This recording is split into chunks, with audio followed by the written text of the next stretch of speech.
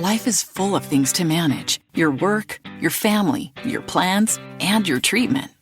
Consider Kesimpta, ofatumumab 20 milligram injection. You can take it yourself from the comfort of home. If you're ready for something different, ask your healthcare provider about Kesimpta and check out the details at kesimpta.com. Brought to you by Novartis Pharmaceuticals Corporation. Today on CityCast Philly, we're talking about the Sesame Place racial bias trial, illegal car meetups across the city. Plus, we've got some cheesesteak trivia. It's Tuesday, September 24th. I'm Trenae Nuri, and here's what Philly's talking about.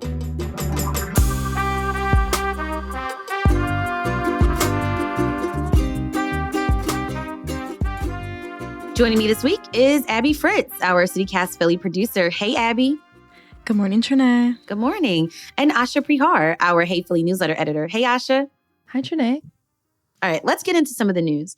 So last week, a federal jury in Philly took up the claims of 5 Black and Hispanic families who had sued Sesame Place, which is a popular Bucks County amusement park for families, alleging that their children had been ignored by the performers dressed as, the popular Sesame Street characters during their meet and greets because of the color of their skin.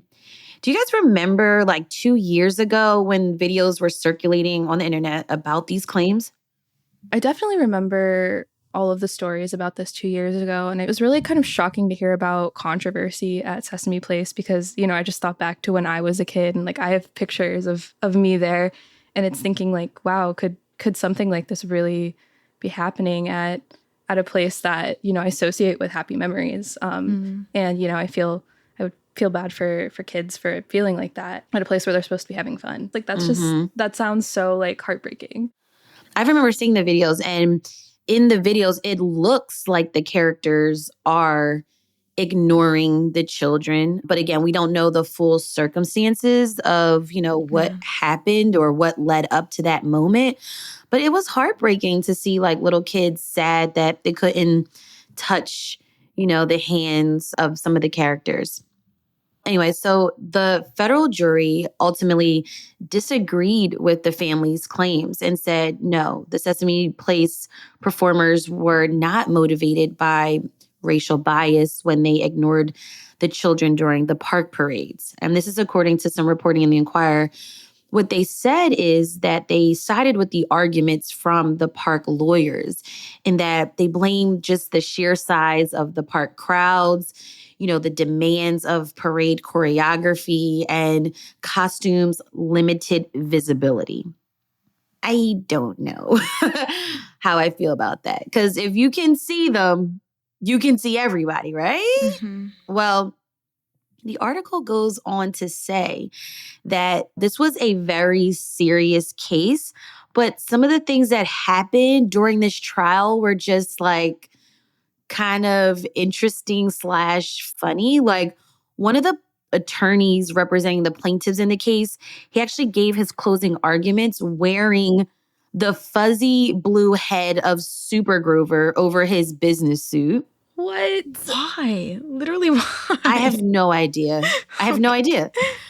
And then another part of this trial, the jury was taken to Sesame Place by bus to try on the massive Big Bird costume for themselves.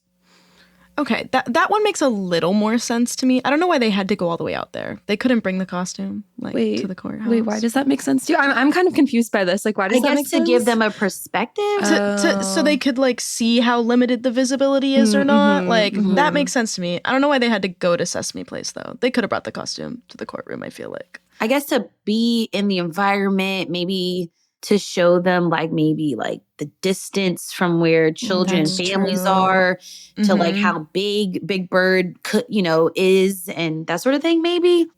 Okay. Yeah, that makes sense to me, I guess. Also, what came out in the trial is that a lot of the performers are actually teenagers. And so this is a summertime job for them. I don't know. I feel I wonder if this whole trial does sort of bring these conversations within the company and if they will have racial bias trainings after all of this, just to kind of just say, okay, now we're aware of these issues that can arise with our community. And we should address it so that kids and families don't feel like they're getting snubbed by anything that we do. And I'm sure, everyone wants, a good experience. But yeah, I wonder if they're going to have these kind of conversations or talks with employees. Yeah, absolutely. More news of the week after the break.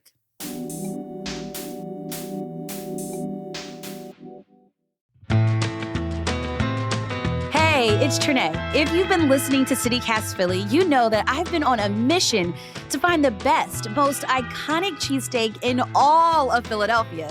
I ate so many cheesesteaks, y'all. Not that I'm complaining.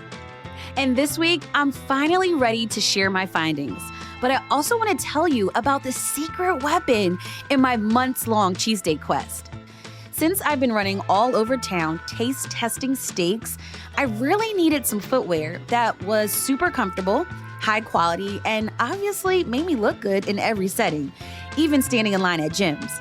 So I visited the new Tacova store at the King of Prussia Mall to pick up a pair of cowgirl boots. And let me tell you something, I literally might not ever take these off my feet again.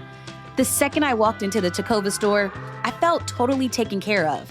I'll admit, I'm a little new to Western wear, but the staff there walked me through a fitting, answered all my questions, and even gave me a can of beer while I tried on my boots. I walked out with a handmade pair of suede Annies, and right out of the box, they felt comfortable enough to wear every day. They definitely convinced this city girl to swap out her sneakers for some cowgirl boots. I've been wearing them to run to the grocery store, when I need to stand on my feet for hours cheering on my son's football team, and I even rocked them at a tailgate last Sunday. Go Birds! So, as I've been walking miles around South Philly, on South Street, in West and up in Roxborough, trying all the cheesesteaks, these boots have given me the boost I needed to finish my quest. So whether you want to take your own Philly cheesesteak crawl or just need a new look for fall, head to your Tacova store at the King of Prussia Mall or visit tacovas.com. That's TECOVAS.com to pick up some new boots and plenty of other high-quality Western wear too. I promise you'll find some boots that are right for you. So go visit your Tacova store today. And remember, don't go gently. Starbucks Iced Apple Crisp Oat Milk Shaken Espresso. Made with blonde espresso, creamy oat milk, and spiced apple flavors. It's an icy crisp sip you can enjoy all autumn long. Order ahead on the Starbucks app. All right, so I was scrolling on social media and it was crazy. I saw videos of massive groups of people doing donuts down City Hall. What the hell is going on? Yep, it got a little wild this weekend. Like you mentioned, Trenae, you might have seen it on social media, or maybe you heard it in your neighborhood, that over the weekend, all across the city, there was hundreds of cars and crowds of people engaging in illegal car meetups. And I read about this on 6ABC. Did any of you guys actually see it or hear it over the weekend? I did not see or hear it firsthand. I also saw stuff on social media. Mm-hmm. I did like last night when I was sort of scrolling and seeing these videos circulating from Saturday night, I heard some kind of motor rev outside of my apartment, and I was like, oh my gosh, is it happening here? Oh, no. But I don't think that's what it was. Yeah. But yeah, I definitely did not see any of this firsthand. It just sounded so wild, and the police say they addressed 11 incidents of this over the weekend, but 6 were described as excessively violent and destructive. This started at about 9:30 p.m. on Saturday and lasted through 4:30 a.m. on Sunday, and it happened all across the city, in Northeast Philly, in South Philly, in Center City, like you mentioned, Trenae. It was right next to City Hall, and in the Spring Garden area. And the meetups involved people drag racing, drifting, setting things on fire. And there was even report of a flamethrower being present at one of these meetups, which is just like... For what, though? Like, what is the purpose of this? I have no idea, but that's all according to 6ABC. And it seems like it was a really, really chaotic weekend, not only for police officers and the people that are involved in this event, but also just like pedestrians like walking around and people who live in these neighborhoods. In an article I read by CBS News, Deputy Commissioner Francis Healy said he believes this was retaliation for the, quote, aggressive actions that law enforcement have been taking since Mayor Sherrell Parker's administration began. Which that's an interesting theory, because it does seem like almost there was so many that happened at one time that it seemed almost kind of organized. Like it was like, we're gonna go do this thing, but that's all speculation on my part. It's definitely organized because of just the sheer amount of people there. Mm-hmm. No, definitely the individual meetups are organized, but to have 11 at once seems wild to me. Yeah. Yeah. So the police are reporting that several different officers were attacked, and one is in the hospital but is in stable condition. And there was 5 police vehicles that were damaged. According to 6ABC, the police have pictures and videos of the incidents, and they have already started making arrests, and they're going to be issuing anyone who fled the scene with eluding the police. So even people who are maybe just watching and like tried to get away. And for those that are caught and charged with participating in illegal car and ATV meetups, you can see a $2,500 fine and your vehicle can be confiscated. So this is very serious. It's also a felony, by the way. So I remember a story we talked about some weeks ago when this happened before, and police were saying that it's sometimes people that aren't even from Philly participating in this, doing this stuff. And that just makes me so angry. Yeah, I remember that too. It's like, these are our neighborhoods. This is like our city, and people have to live here. And there's kids and elderly people. And it's really frustrating that other people would come in and mess things up for us. You're absolutely right. When we come back, we're playing a game of cheesesteak trivia.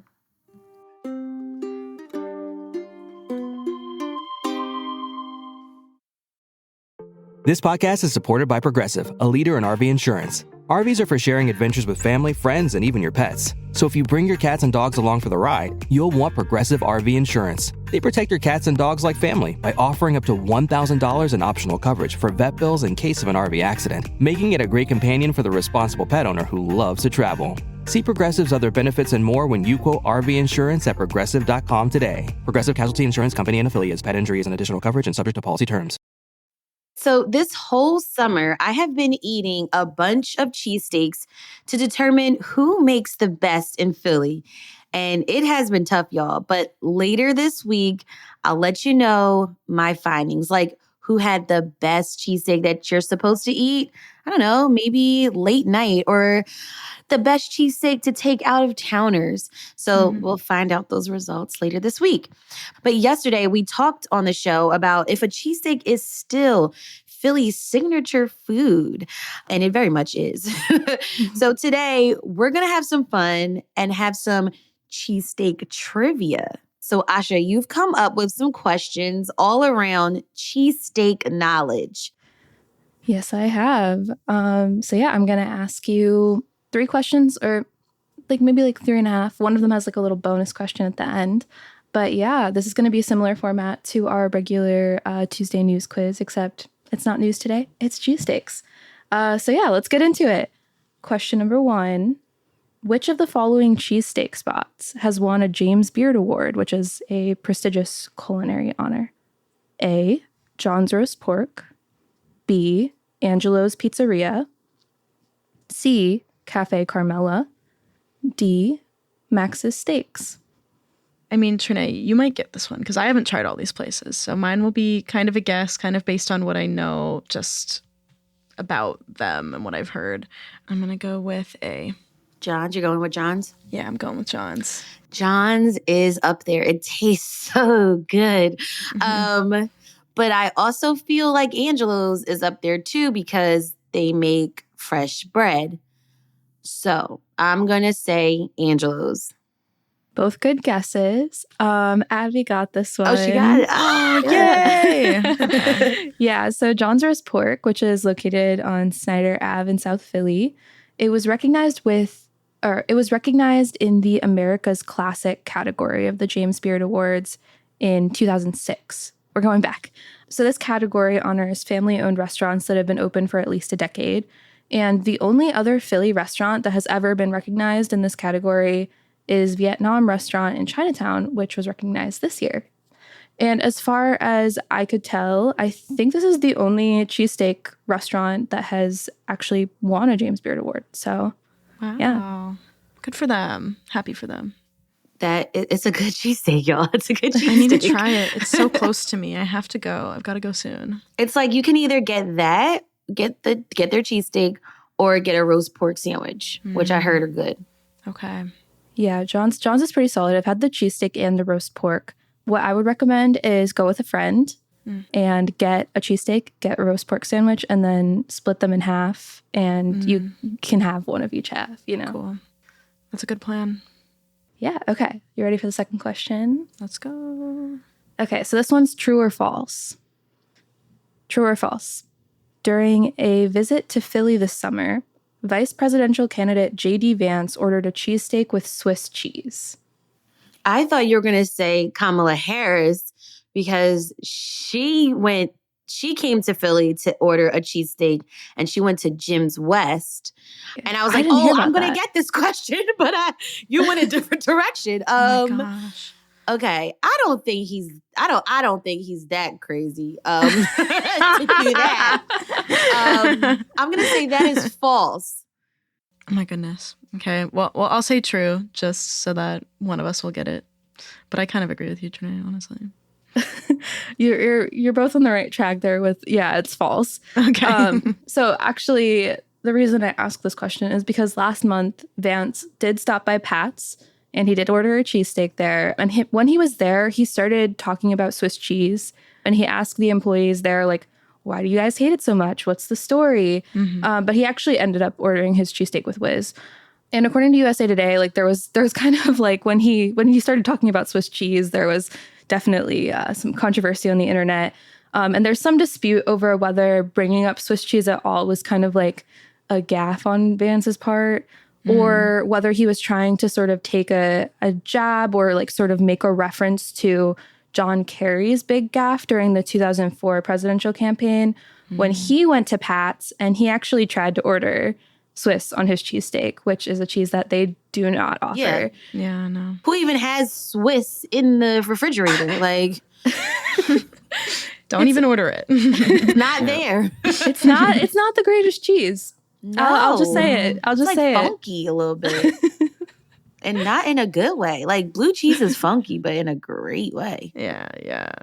Yeah, I always think it's really interesting, like when Swiss and cheesesteaks come up. So I was like, he's really going for a throwback with that one, but like, is he? I don't know. It wasn't totally clear from what he said. Like, was he trying to refer to John Kerry or not? I do think that's what he was trying to do. But But you know what? That is interesting though, because in the conversation yesterday with Frank Oliveri, who is the owner of Pat Steaks, he said that a lot of people that obviously are not in Philadelphia, their interpretation of the cheesesteak is different. So they'll put like a lot of like green peppers and onions or red peppers and onions in the sandwich. And that's not how it was originally made. So maybe these candidates some way, like it's like whispered down the lane. Someone said put Swiss and it like messed up their perspective. Like, oh my goodness. Yeah, because that's wild. It's wild to us, but maybe like to them, it was like a legitimate request. Like, please, I want Swiss, but. Nah, do your research before you show up.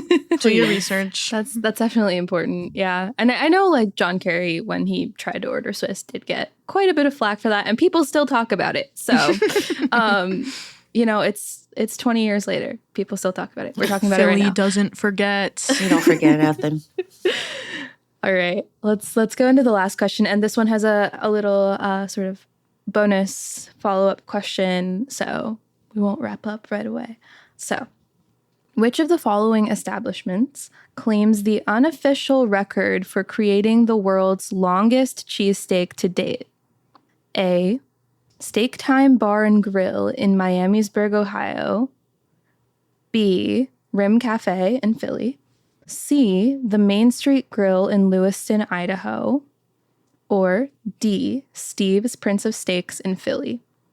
I don't know why I want to go with the Ohio one. It just sounds like something they do. Like, you know what I mean? Sorry, this is me hating on Ohio.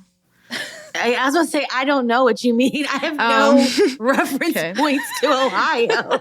Ohio loves to be like quirky and goofy and like do things like this. I feel like that is my perception of Ohio. Maybe that is definitely just like an outsider's perception, but I just feel like it's something they would take time to do, and I don't know if Philadelphians would. But I definitely don't think it's Rim Cafe. Because do they even serve cheesesteaks? I thought they were like chocolate and like cannolis and stuff. Yeah, I'm locking in on Ohio. You lost me. I have no idea. Idaho, I'm going to just say potatoes, but then maybe that's like the trick. And then Steve Prince, maybe it's like they did that, for like a special promotion. I don't know. I'm going to stick to Philly and say Steve. It was the Prince. All right. So neither of you got it. The answer is the Main Street Grill in Lewiston, Idaho. So according to an Inquirer article, this restaurant built a 722.8 foot long cheesesteak during Lewiston's summer festival last year. Why? That's a great question. I actually don't know. But what was on it? We'll get there. Okay. So they actually broke the record that was set in May 2023 by the Ohio restaurant I mentioned, Steak Time Bar and Grill, who built a 650.3 foot long cheesesteak to celebrate the restaurant's first birthday. Why are people doing this? Before that, the record was held by Rim Cafe in the Italian market, which built a 510-foot long cheesesteak in 2021. Rim Cafe, they just kind of do this sometimes. They're like, I don't know. I think it's like the birthday of, I don't know if it's the owner or like the manager or like someone who works there. They just like sometimes do these events where they're like, oh, we're going to make a really big cannoli. Like they did that one year. So I think this was one of those events.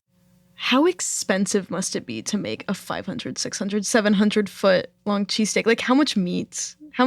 It seems like that is just such a ridiculous undertaking. Like, especially like Rim doesn't even really make that regularly. So they're just like, all right, guys, let's go buy some beef and let's go. Like, yeah, it must be like pretty expensive. Although I did read in the Inquirer that at the place in Idaho, they ended up selling 6-inch portions of this big cheesesteak, and they ended up raising over $10,000 for the local Boys and Girls Club. That's cool. So it had like a little charity benefit. I don't know how much it cost the restaurant though. Yeah. To Trenae's credit, Steve's Prince of Steaks did hold this record at one point, which because they built a 480-foot long cheesesteak at Lincoln Financial Field in 2015. So all of the options I gave you had held this record at some point, but the most recent record holder is the place in Idaho. And the reason I called this an unofficial record is because as of last year, Guinness World Records, which is, like kind of the standard bearer, the like known for tracking these types of things, they don't actually track the record for the world's longest cheesesteak. So it seems like it's kind of just this like series of places saying they built a long cheesesteak, saying how long it was, and then other places try to best them. And it seems like this Idaho restaurant who built the big cheesesteak last year was trying to get it registered with Guinness, but I couldn't find any updates on that. So I don't know that ever happened. But yeah, at least 4 places have tried to build a really big cheesesteak at some point. But I do have a follow-up question for you guys to sort of get to Trenae's question about what was on it. My question is, what kind of cheese did the Main Street Grill in Idaho use on their big cheesesteak? I've got some options for you. A, cheddar. B, provolone. C, American. Or D, Monterey Jack. What? I was gonna guess whiz because I feel like that's easy to like spoon over, like, you know what I mean? Like something so long. But cheddar is crazy. It can't be cheddar. I don't know. If they did Monterey Jack, that's jail. It's true. Why would you do that? It is true. I'm going to say provolone. I'm gonna guess American. Okay. I'm really sorry to tell you guys that the answer is actually Monterey Jack. No. Can you believe that? So, yeah. Jail. Yeah, so I read in the Inquirer in this article about it. They used a special Monterey Jack cheese sauce to help keep the sandwich hot. I'm not exactly sure of the science of cheese and like how different cheeses help sandwiches stay hot, but that's what they said. Apparently, this restaurant usually uses Swiss cheese. Oh my on their God. cheesesteaks. Just throw it away. Throw it away. Big L's. This isn't even a cheesesteak. What? I don't know. I mean, people have different tastes in different parts of the country. I don't know. But good for them for setting a record, I guess. Wow. They have lost all credibility to me. They're done. They're done. I would just throw it away. I applaud their charity efforts, though. Yeah, take the donation for the Boys and Girls Club, but I am not eating that trash. Like, Oh, no. well, also, like, speaking of like long sandwiches, long cheesesteaks, this weekend I went to Max's and I had to order the half because their cheesesteak is literally like 2 feet. Oh my gosh. A whole cheesesteak. That's wild. That's I feel like you need like 4 people to eat that. yeah. Yeah, and you have to share it. So I got the half, and thank God I got that because it was just so much. Well, these were so fun. Thanks for coming up with all this, Asha. This was some great cheesesteak trivia. For sure. Yeah. And I had some questions I wanted to ask that didn't quite fit in. So I would just say everyone stay tuned for Friday when I'm going to do a cheesesteak trivia quiz in the newsletter. You might see some of these questions come up again, so you might be at an advantage if you listened. But I'm going to try to put mostly new stuff in there. So stay tuned if you want to play more cheesesteak trivia. Nice. That was Asha and Abby. Thank you both so much for joining me on CityCast Philly. Thanks for having us. Thanks so much, Trenae. And we want to know what your favorite cheesesteak is in the city. Cast your vote for our People's Choice cheesesteak pick at the link in the show notes. Voting ends Wednesday at 5 p.m.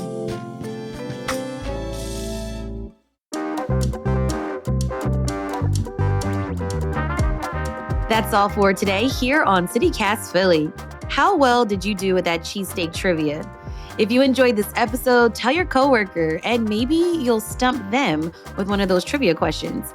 Rate the show, leave us a review, and hit that subscribe button. Be sure to sign up for our morning newsletter, Hey Philly, to learn more about what else Philly's talking about. We'll be back tomorrow morning with an episode about where to find alternative cheesesteaks. Bye.